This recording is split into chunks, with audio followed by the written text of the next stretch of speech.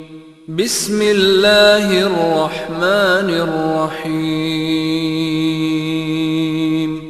इन्नल कुरआन लहू फद्ल अव्वलुहा हुब्बुल मन्नान यर्दल्लाहु तआला अन्ना हिना तअल्लमनल कुरआन जन्नति नक़रअ व नुरत्तिल नस्अदु bill कुरआनि जिनान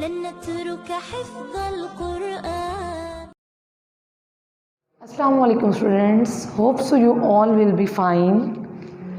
Here the topic of our discussion जो हमने क्लास के अंदर डिस्कस करना है वो कौन सा है, applications of different sounds in daily life. हम डेली लाइफ के अंदर जो साउंड्स के लिए यूज़ करते हैं इंस्ट्रूमेंट्स चीज़ें, तो वो उसकी होती है एप्लीकेशंस। अब वो हमने कहाँ यूज़ करनी है अपनी डेली लाइफ के अंदर। हमने वो चीज़ें यूज़ करनी है जो हमारी डेली लाइफ में बहुत कॉमन यूज़ होती हो और उससे हमें क्या आए, साउंड आए। अब ये तो जो मैंने यहाँ पे मेंशन की हैं ये वो हैं जो आपके बुक के अंदर हैं। हम अपने कॉमन सेंस से ही बता सकते हैं कि ये चीज़ें हमें साउंड्स देती हैं। अब सबसे पहले देखें सायरन। सायरन होता है, आप सब सायरन से नो हाउ होंगे इस टर्म से कि जब सायरन मतलब एकदम ज़ोरदार आवाज़ आती है, ठीक है, धमाके की तरह की, तो उससे भी हमारे कान में क्या सुनाई देती है, आवाज़ सुनाई देती है। अब सायरन को हम अपने डेली लाइफ में कैसे यूज़ करते हैं स्टूडेंट्स, जब हम रोज़ा अफ्तार करते हैं तो बहुत ज़ोर से सायरन बजता है जिससे हम सबको आवाज़ आती है कि अफ्तार का टाइम हो गया है। और उसके बाद सायरन का एक और यूज़ भी है कि अगर किसी जगह पे थ्रेट कंडीशन हो गई है, जैसे कि अलार्मिंग सिचुएशन है, ठीक है, टेररिज्म दहशत गर्दी का सिचुएशन है, तो स्कूल के अंदर भी ये सायरन दिया जाता है, ठीक है, कि ताकि अगर कोई ऐसी कंडीशन तो फ़ौरन से सायरन बजे और बच्चे अलर्ट हो जाएं। Next one is radio. Radio की एक और एप्लीकेशन टीवी, सेलफोन, ठीक है, इन सब से भी हमें क्या सुनाई देती है, आवाज़। और इन सब चीज़ों को हम अपनी डेली कॉमन लाइफ के अंदर यूज़ करते हैं। The next one is door bell. Door bell meaning मतलब दरवाजे की घंटी। जब हमारे मेन डोर पे डोर बेल होती है तो डोर बेल की आवाज़ हम तक पहुंचती है, फिर हम दरवाज़ा ओपन करने जाते हैं। अब ऐसा तो नहीं है ना कि एक मेंबर नीचे खड़ा है और अगर डोर बेल नहीं लगी हुई, ज़ाहिर है उसको नॉक करना पड़ेगा। और अगर घर में बहुत ज़्यादा क्राउड है, रश है, या अगर हम लास्ट रूम में बैठे तो हमें आवाज़ नहीं आएगी, तो हम अपने घर में क्या लगा लेते हैं, डोर बेल, ताकि हम किसी भी जगह पे हों वो डोर बेल इतनी ज़ोर से बजे कि हमारे कानों तक क्या आए, उसकी साउंड आए। तो ये कॉमन एप्लीकेशन है साउंड की हमारी डेली लाइफ के अंदर।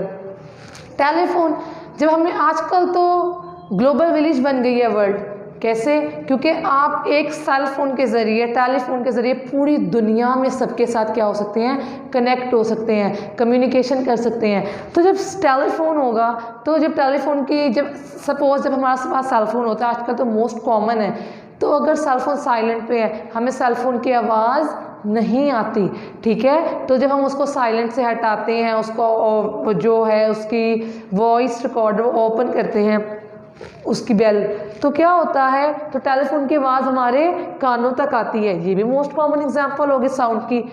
नेक्स्ट है सिक्योरिटी सिस्टम अलार्म।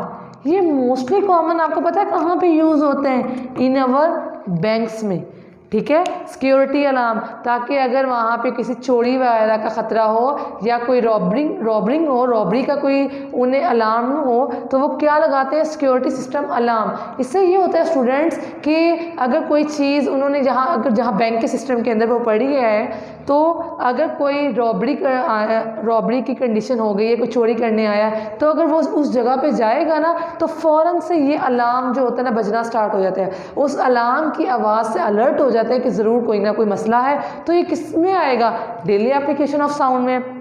नेक्स्ट है पियानो, ठीक है, पियानो से तो हमको सबको पता है जब पियानो बजता है तो उसकी भी आवाज़ हमें सुनाई देती है, ठीक है स्टूडेंट्स। अब ये मोस्ट कॉमन एग्जांपल्स हैं। अब आप लोगों ने सर्च करना है कि इसके अलावा और कौन कौन सी एग्जांपल्स हो सकती हैं जो हम डेली लाइफ के अंदर यूज़ करते हैं। स्टूडेंट्स, ये बहुत ईजी है, ये तो मैंने आपको जो वो एक्सप्लेन की जो आपके बुक के अंदर मेंशन है, ठीक है। अब हम डिस्कस करते हैं, आज हमारा टॉपिक जो था चैप्टर का यहाँ पे एंड हो गया है। अब हम उस टॉपिक से रेलिवेंट जो एक्सरसाइज है चैप्टर नंबर साउंड वेव्स की, उसको हम डिस्कस करते हैं, ठीक है। अब स्टूडेंट्स, पहली फिलिंग द ब्लैंक हमारी क्या है, the lowest point of transverse waves. अब सबसे पहले आपके माइंड में क्लिक होना चाहिए कि ट्रांसवर्स वेव्स क्या होती हैं। स्टूडेंट्स, हमने डिस्कस किया था ये होती हैं ट्रांसवर्स वेव, ठीक है। कौन सी वेव्स हैं, ट्रांसवर्स वेव्स। अब ये कैसे हैं, ट्रांसवर्स वेव का जो ऊपर ये परपेंडिकुलर है, ऊपर नीचे, ठीक है। ट्रांसवर्स वेव में जो वेव का ऊपर वाला पार्ट होता है that is called its crest, और जो वेव का नीचे वाला पार्ट होता है that is called its trough, ठीक है। ये है कौन सी वेव, ट्रांसवर्स वेव। अब उन्होंने हमसे पूछा है the lowest point of transverse wave, transverse wave का लोएस्ट पॉइंट कौन सा है। अब ये ट्रांसवर्स वेव का अपवर्ड पॉइंट है और ये ट्रांसवर्स वेव का लोएस्ट पॉइंट है। तो लोएस्ट पॉइंट का मैंने क्या बताया, क्या नेम है, व्हाट्स नेम, ट्रफ। तो हमारे यहाँ ब्लैंक में क्या फिल होगा, the lowest part of transverse wave is it's trough. Getting point students, आपको समझ आ गई। अब हम नेक्स्ट देखते हैं द श्रिल और ग्रेव साउंड। अब हमने प्रीवियस लेक्चर्स में डिस्कस किया था कि श्रिल और ग्रेव साउंड क्या होती है। श्रिल मतलब बहुत बारीक आवाज़ और ग्रेव मतलब बहुत भारी आवाज़। वो ऐसी कौन सी चीज़ है जो श्रिल और ग्रेव मतलब बारीक और भारी आवाज़ में हमें फ़र्क करके बताती है, डैट इज़ अवर पिच। क्या होती है वो, हमारी पिच होती है। कि पिच का बेस्ट फ्रेंड मैंने आपको लास्ट सेक्शन में बताया था फ्रीक्वेंसी है, कि जितनी पतली आवाज़ होती है वो फ़ौरन से गूंजती है हर जगह, फ़ौरन से। तो हम कहेंगे उसकी पिच बहुत ज़्यादा है क्योंकि उसका हम तक पहुँचने का ड्यूरेशन बहुत क्विक है, कि इसका मतलब उसकी फ्रीक्वेंसी ज़्यादा है। जितनी जल्दी आवाज़ आप तक कन्वे होगी उसकी फ्रीक्वेंसी ज़्यादा है, फ्रीक्वेंसी ज़्यादा तो समझो उसकी पिच भी ज़्यादा है। और पिच किस आवाज़ की ज़्यादा होगी, श्रील आवाज़ की। जितनी आवाज़ बारीक होगी ना वो उतनी करारेदार होकर हमारे कानों के साथ वाइब्रेट करती है एयर ड्रम के साथ, ठीक है स्टूडेंट्स। नेक्स्ट थर्ड वन क्या है, द नंबर ऑफ वेव्स। किसका नंबर, वेव का नंबर, जो क्या कर रही है, ट्रैवल कर रही है, गुजर रही है। कितने टाइम में, इन 1 सेकेंड। 1 सेकेंड में जो वेव ट्रैवल करती हैं वो किसकी डेफिनेशन है। थोड़ा सा रिव्यू पे जाते हैं। वो डेफिनेशन है, हमने पढ़ा था the number of waves, the number of wave divided by time, कि कितनी वेव 1 सेकेंड के अंदर गुजर रही हैं। तो इट्स फार्मूला इज स्पीड। ये किसका फार्मूला है, स्पीड का। हमें स्पीड ये बताती है कि 1 सेकेंड में कितनी ज़्यादा आवाज़ आप तक पहुंच रही है। तो यहाँ पे क्या आएगा, that is speed. Next one हम देखते हैं, फोर्थ वन, कि the compression and rarefaction combine to form. अब हमने पढ़ा था ना कंप्रेशन और रेयरफ्रैक्शन। कंप्रेस, कॉमन से एग्जांपल, ये मेरा हैंड है, मैं इसको यूँ मैच कर रही हूँ क्लैप करने के लिए, तो ये होगी कंप्रेस, मतलब मेरा हैंड इकट्ठा हो गया, कंप्रेस। और रेयर फ्रैक्शन का मतलब है मैं अपने हाथ को दूर लेके जा रही हूँ, उनके दरमियान में डिस्टेंस आता जा रहा है, तो डैट इज़ रेयर फ्रैक्शन। अब कंप्रेशन और रेयर फ्रैक्शन किस वेव के टाइप थे स्टूडेंट्स, जिस तरह डैट इज़, ये कौन सी वेव थी, ट्रांसवर्स वेव। इसी को ऑपोजिट कौन सी वेव होती है, वो होती है लॉन्गिट्यूडनल वेव्स। कौन सी वेव स्टूडेंट्स, लॉन्गिट्यूडनल वेव्स। अगर लॉन्गिट्यूडनल वेव्स हम एक स्प्रिंग डिस्कस किया था कि स्प्रिंग के ये पार्ट्स करीब हैं, देन ये डिस्टेंस में हैं, और देन ये मतलब क्लोज है। तो स्प्रिंग के जो क्लोज पार्ट होते हैं डेट इज कंप्रेशन, बिल्कुल ऐसे जैसे मैंने अपने हाथ को कंप्रेस किया है। और जो स्प्रिंग के डिस्टेंस वाले पार्ट होते हैं that is rarefaction, that is rarefaction. अब सपोज मैं ऐसे करती हूँ, मैं स्प्रिंग के ये वाले पार्ट्स दूर कर देती हूँ और जो नेक्स्ट पार्ट है उनको कंप्रेस करती हूँ और फिर अगेन, तो इसका ये वाले पार्ट कौन से होंगे स्टूडेंट्स? Date is compression. और ये जिनमें डिस्टेंस है डेट इज रेयर फ्रैक्शन। तो कंप्रेशन और रेयर फ्रैक्शन सिर्फ एक ही वेव में एग्जिस्ट करते हैं, डेट इज लॉन्गिट्यूडिनल वेव्स। कौन से स्टूडेंट्स? लॉन्गिट्यूडिनल वेव्स या लॉन्गिट्यूडिनल वेव्स। ठीक है, दोनों तरीके से इस वर्ड को प्रोनाउंस कर सकते हैं। The last one is the material through which a wave pass. ये तो हम स्टार्टिंग स्टैंडर्ड से ही पढ़ते आ रहे हैं कि वेव को, साउंड को गुजरने के लिए किसी ना किसी मीडियम की ज़रूरत होती है। अगर वो पानी में से गुजर रही है, किसी ना किसी चीज़ की ज़रूरत होती है, सॉरी, अगर वो पानी से गुजर रही है तो उसे वेव को गुजरने के लिए क्या चाहिए? पानी चाहिए। अगर वो किसी सॉलिड चीज़ से गुजर रही है तो उसको गुजरने के लिए कोई मेटल वगैरह चाहिए। और अगर वो गैसेस में से गुजर रही है तो ऑब्वियसली उसे क्या चाहिए? Air is a mixture of gas. Air से बेस्ट मीडियम तो कोई है ही नहीं हमारे पास। तो वो पूछता है the material through which a wave pass. वो कौन सा मटेरियल है जिसके अंदर से हमारी वेव पास आउट होती है? तो the material is called medium. अब हम ऐसा नहीं है कि हम यहाँ पे लिखेंगे सॉलिड, लिक्विड एंड गैस। हम सॉलिड, लिक्विड, गैस की जगह उसको एक ही नाम दे देंगे, डेट इज इट्स मीडियम। अब हम डिस्कस करते हैं इसी से रेलिवेंट इसके एमसीक्यूज़। अब स्टूडेंट्स हमने फिलिंग द ब्लैंक्स को डिस्कस किया था, अब हम करते हैं अपना second part, that is MCQs. Students मैंने स्टेटमेंट लिखी है, एमसीक्यू का जो ट्रू ऑप्शन है वो मैं आपको एक्सप्लेन करके समझा के बताऊंगी। ठीक है, अब the first one is when a wave pass through a medium. जब भी कोई वेव किसी ना किसी मीडियम में से पास करती है तो वो एक्चुअल में क्या ट्रांसफ़र करती है? आपका फर्स्ट एमसीक्यू जो बुक में होगा डेट इज़ वो एनर्जी ट्रांसफ़र करती है, वो पार्टिकल्स को मूव करवाती है, मतलब अगर सॉलिड तो सॉलिड सारे पार्टिकल को मूव करवा देगी, या बोथ एनर्जी को भी मूव करवाती है एंड पार्टिकल्स को भी मूव करवाती है। और फोर्थ एमसीक्यू है उसका चांस है कि किसी इनमें से कोई भी कुछ भी नहीं, ना एनर्जी ट्रांसफ़र, ना पार्टिकल मूव, ना एनर्जी और पार्टिकल दोनों ट्रांसफ़र। अब हम यहाँ स्टेटमेंट समझे students, when a wave pass through a medium, जब भी वेव किसी ना किसी मीडियम में से पास करती है तो एक्चुअल में वो ट्रांसफ़र क्या करती है? इट ट्रांसफ़र क्या ट्रांसफ़र करती है? It transfer energy. क्या ट्रांसफ़र करती है स्टूडेंट? वो एनर्जी को ट्रांसफ़र करती है। कहाँ से? फ्रॉम, जाहिर है कि वो यहाँ से स्टार्ट हुई है तो वो आहिस्ता आहिस्ता नेक्स्ट पॉइंट पे एनर्जी को ट्रांसफ़र करेगी, और अगर वो राइट से स्टार्ट हुई है तो वो किधर ट्रांसफ़र करेगी एनर्जी को? लेफ्ट पे। Transfer energy from one point two other.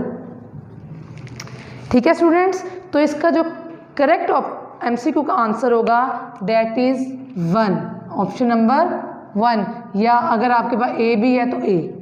ठीक है, अब जब नेक्स्ट वन हम स्टडी करते हैं the speed of sound in air, के एयर के अंदर साउंड की स्पीड क्या है। अब जो आपके पास एमसीक्यूज के ऑप्शंस गिवन हैं, that is more than light, क्या वो लाइट से ज़्यादा होती है? 100 किलोमीटर, क्या वो 100 किलोमीटर पर आवर होती है? 100 मीटर पर सेकेंड, क्या ये 100 मीटर के हिसाब से ज़्यादा होती है?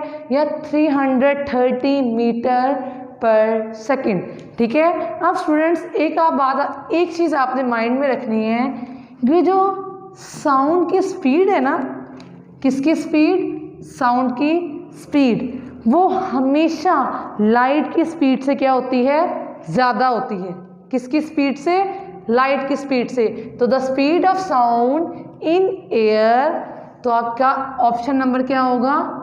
मोर। करेक्ट एमसीक्यू क्या होगा? मोर देन लाइट, कि वो लाइट से हमेशा ज़्यादा होती है। और जो बुक पे एमसीक्यू गिवन है तो its option is about B. Getting point? अब हम थर्ड वन डिस्कस करते हैं कि साउंड वेव इज कि जो साउंड वेव हैं वो कौन सी वेव्स हैं। ठीक है स्टूडेंट्स, आवाज़ की जो वेव्स हैं वो कौन सी वेव्स हैं। अब जो ऑप्शंस गिवन है that is transverse waves, longitudinal waves, some time transverse या सम टाइम लॉन्गिट्यूडनल, या बिल्कुल साइलेंट में कोई वेव भी नहीं है। ठीक है, अब देखिए स्टूडेंट्स साउंड वेव्स, आवाज़। अब हमें आवाज़ दो कंडीशंस में आती हैं, या तो ये कि अगर एक जो पर्सन जिसको हम बोल के बता रहे हैं वो हमारे करीब बैठा है तो हम बहुत लाउड नहीं बोलेंगे, उस तक हमारी आवाज़ ईजिली कन्वे हो जाएगी, उसको हमारी बात ईजी समझ आ जाएगी। और अगर बहुत ज़्यादा क्राउड है, हमने हर एक तक अपनी बात कन्वे करनी है, बहुत ज़्यादा हजूम है, तो क्या होगा स्टूडेंट्स, हमें कैसा बोलना पड़ेगा, हमें लाउडली बोलना पड़ेगा ना। तो अब दो केसेस हुए, एक केस ये हो कि स्टूडेंट्स करीब हैं, ठीक है, हमें लाउड बोलना नहीं पड़ेगा, और एक है बहुत ज़्यादा गैदरिंग है, बहुत दूर दूर तक स्कैटर्ड हुए हैं सब, हमें सबको अपनी बात समझानी है, तो हमें कैसा बोलना पड़ेगा, लाउड बोलना पड़ेगा। तो ये वही बात आ गई ना कि या तो वो करीब है या तो वो दूर है। तो साउंड की वेव कौन सी वेव्स होंगी, दैट इज लॉन्गिट्यूडनल वेव्स। कौन सी वेव्स, लॉन्गिट्यूडिनल या लॉन्गिट्यूडनल वेव। और जो इससे रेलिवेंट आपकी बुक के अंदर ऑप्शन गिवन है नंबरिंग में, तो that is option number B. ठीक है students, next one is the slow vibrating body has its pitch. Pitch मतलब अगर मेरी आवाज़ की पिच कम है, ठीक है, अगर मेरी आवाज़ जो है वो आप तक इतनी क्लियरली पहुंच नहीं रही, तो जाहिर है जब मेरी आवाज़ ही इतनी क्लियरली नहीं पहुंच रही तो मेरी आवाज़ की जो पिच है वो भी ऑटोमेटिकली क्या हो जाएगी, जाहिर है वो क्या हो जाएगी, वो भी कम हो जाएगी। क्योंकि मैंने आपको प्रीवियस लेक्चर्स में बताया था कि जितनी आवाज़ बारीक होगी ना वो फ़ौरन से हमारे कानों तक पहुंचेगी, उसकी पिच भी उतनी ज़्यादा होगी, और जितनी आवाज़ की स्लो वाइब्रेशन होगी उसको पहुंचने में टाइम लगेगा, तो इट्स मीन उसकी पिच भी बहुत क्या होगी, उसकी पिच भी बहुत कम होगी। It has low pitch.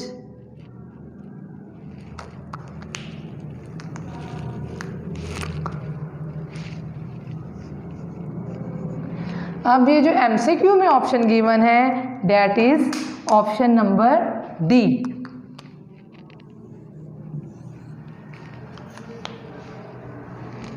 The sound wave pass fastly in.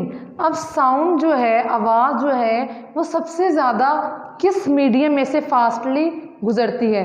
अब आपके पास जो ऑप्शन गिवन है that is solid, the second one is liquid, the third one is air and the last one is gases. अब देखिए students, liquid, gases और solid, तीन conditions में से ना सबसे फास्टली जो साउंड है वो हमेशा गुजरती है किसमें से, वो पास करती है ऑलवेज सॉलिड में से।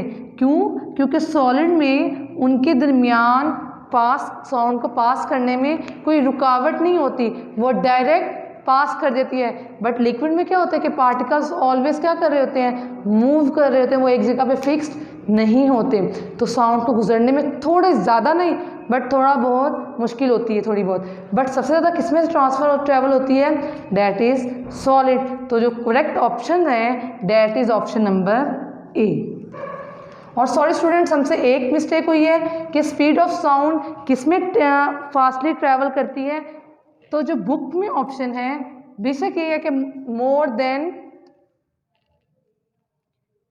देन लाइट, बट जो बुक के according option number that is A. Hope so आप सबको फिलिंग द ब्लैंक्स एंड जो हमने MCQ किए हैं वो अच्छे से समझ आ गए होंगे। Thank you so much, till that time stay home, stay safe, अल्लाह हाफिज़।